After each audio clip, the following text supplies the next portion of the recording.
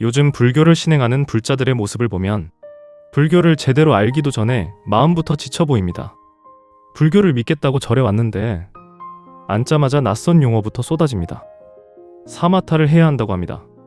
위파사나가 더 깊은 수행이라 하여 몸의 감각을 세밀하게 관찰해야 깨달음에 이를 수 있다고 합니다. 참선이 정통이라 하여 방석 위에 고요히 앉아 화두를 붙들고 정진해야 한다고 합니다. 다란이 기태다고 어떤 경전은 수천독, 수만독을 해야 업장이 녹는다고도 합니다. 수행에도 코스와 단계, 자격이 있는 것처럼 느껴집니다. 이처럼 처음 불교를 접하게 되는 사람은 무엇을 말하는지조차 알기 어렵습니다. 결국 이렇게 묻게 됩니다. 무엇을 해야 할까? 어떤 길이 맞을까? 무엇부터 시작해야 할까? 마음 좀 편해지려고 절에 왔는데 오히려 불교 전문학원에 온 것 같습니다. 수행이 공부가 됩니다. 비교가 됩니다. 경력이 됩니다. 누구는 위파사나 10년 했다고 하고 누구는 참선을 5년, 10년 했다고 합니다. 또 누구는 무슨 다란이를 1000독, 1만독 했다고 합니다. 듣다 보면 나는 아무것도 안 한 사람처럼 느껴집니다. 괜히 작아집니다. 괜히 뒤처진 기분이 듭니다. 그래서 결국 시작도 못합니다. 방법을 고르다가 하루가 가고 어떤 수행이 더 좋은지 검색하다가 한 달이 가고 준비만 하다가 몇 년이 지나갑니다. 정작 마음은 한 번도 들여다보지 못했습니다. 참 이상한 일입니다. 분명 괴로움을 줄이러 왔는데 수행 때문에 더 스트레스를 받습니다. 편해지려고 왔는데 더 부담이 커집니다. 수행이 삶이 아니라 기술이 되어버렸습니다. 잘해야 하는 것, 남보다 앞서야 하는 것, 제대로 배워야 하는 것, 어느새 수행도 경쟁이 되어버렸습니다. 하지만 곰곰이 생각해보면 숨 쉬는데 자격증이 필요하지 않듯 마음을 보는데도 특별한 이름은 필요 없습니다. 지금 화가 난 것을 알아차리는 것, 지금 욕심이 올라오는 것을 보는 것, 그 한순간에 깨어있음, 그것이 이미 수행입니다. 이렇게 단순한 일을 우리가 너무 어렵게 만들어 놓은 것은 아닌지 한 번쯤 돌아볼 필요가 있습니다. 그런데 부처님 당시에 등장하는 한 수행자를 떠올려보면 이 모든 복잡함이 부끄러워집니다. 그는 수행 체계를 몰랐습니다. 명상 이론도 몰랐습니다. 경전도 외우지 못했습니다. 머리도 좋지 않았습니다.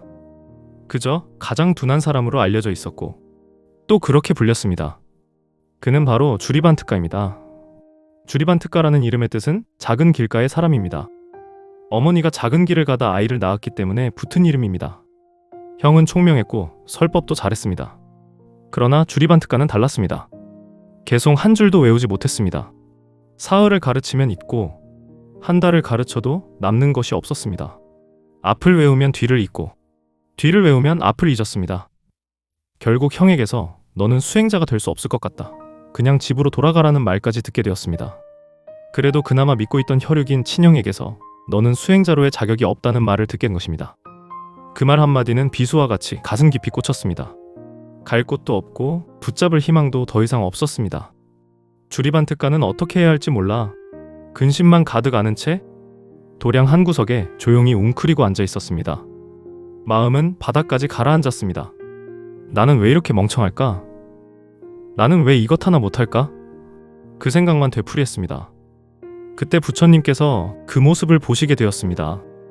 부처님께서는 조용히 주리반특가에게 다가가서 왜 그렇게 기가 죽어 있느냐고 물으셨습니다. 그는 자신은 너무 둔해서 형으로부터 야단을 맞게 되었고 그래서 수행자가 될 수 없을 것 같다고 털어놓았습니다. 그의 말을 다 들은 부처님은 빗자루 한 자루를 주리반특가의 손에 쥐어주셨습니다. 그리고 다정히 말씀하셨습니다. 이 빗자루로 도량을 깨끗이 쓸어라. 눈에 보이는 먼지뿐 아니라 마음을 흐리는 번뇌도 함께 쓸어내거라. 주리반특가야, 너는 이미 충분히 소중한 사람이다. 늦다고 물러설 이유도 없고 부족하다고 떠날 이유도 없다. 이곳이 내 자리다. 아무도 너를 내치지 못한다. 그것이 전부였습니다. 명상도, 사마타도, 위파사나도, 화두도 아니었습니다. 그저 빗자루를 들고 하루하루 같은 자리를 지키는 일이었을 뿐입니다. 주리반특가는 부처님의 자비로운 말씀에 감사한 마음으로 말없이 빗자루를 들었습니다. 비가 오나 눈이 오나 누가 보든 보지 않든 그는 묵묵히 도량을 쓸었습니다. 쓸고 또 쓸었습니다. 더러움을 쓸어낸다. 더러움을 쓸어낸다. 그 말만 마음속으로 되풀이했습니다. 시간이 지나자 도량엔 지저분한 티끌 하나 없이 깨끗한 마당이 환하게 드러났습니다. 그 순간 문득 알아차렸습니다. 도량이 더러웠던 것이 아니라 내 마음의 때였구나. 주리반 특가는 빗자루로 바닥을 쓸 듯 자신의 마음을 살펴보니 몸도 이와 같고 마음도 이와 같았습니다.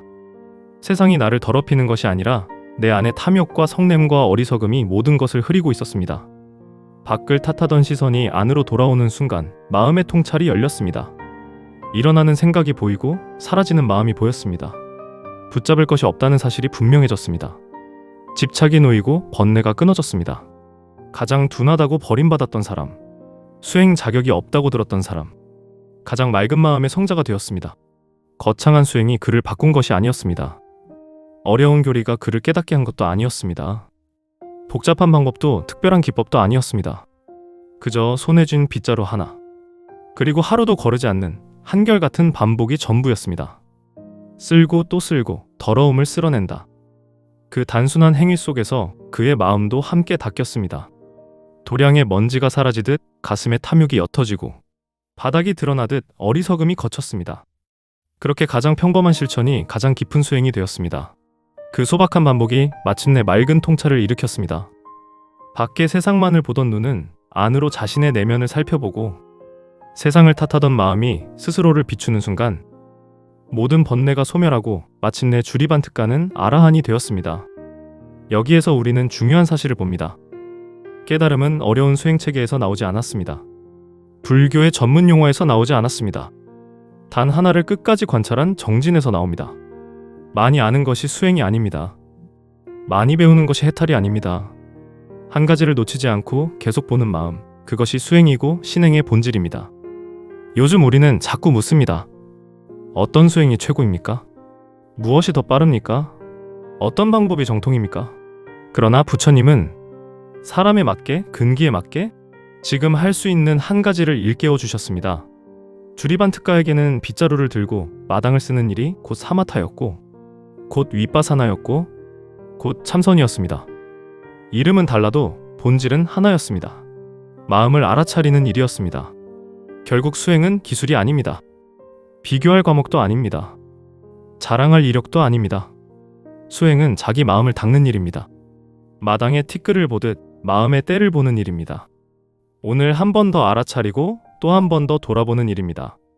그 단순한 반복이 사람을 바꿉니다. 주리반 특가는 우리에게 이렇게 말합니다. 어려운 길을 찾지 말라고 합니다. 이름을 붙이느라 시간을 쓰지 말라고 합니다. 지금 이 자리에서 자신의 마음 하나 닦으면 그것으로 충분하다고 합니다. 주리반 특가가 그랬듯이 우리도 그렇게 하면 됩니다. 나무 아미타불, 관세음보살, 지장보살 마살,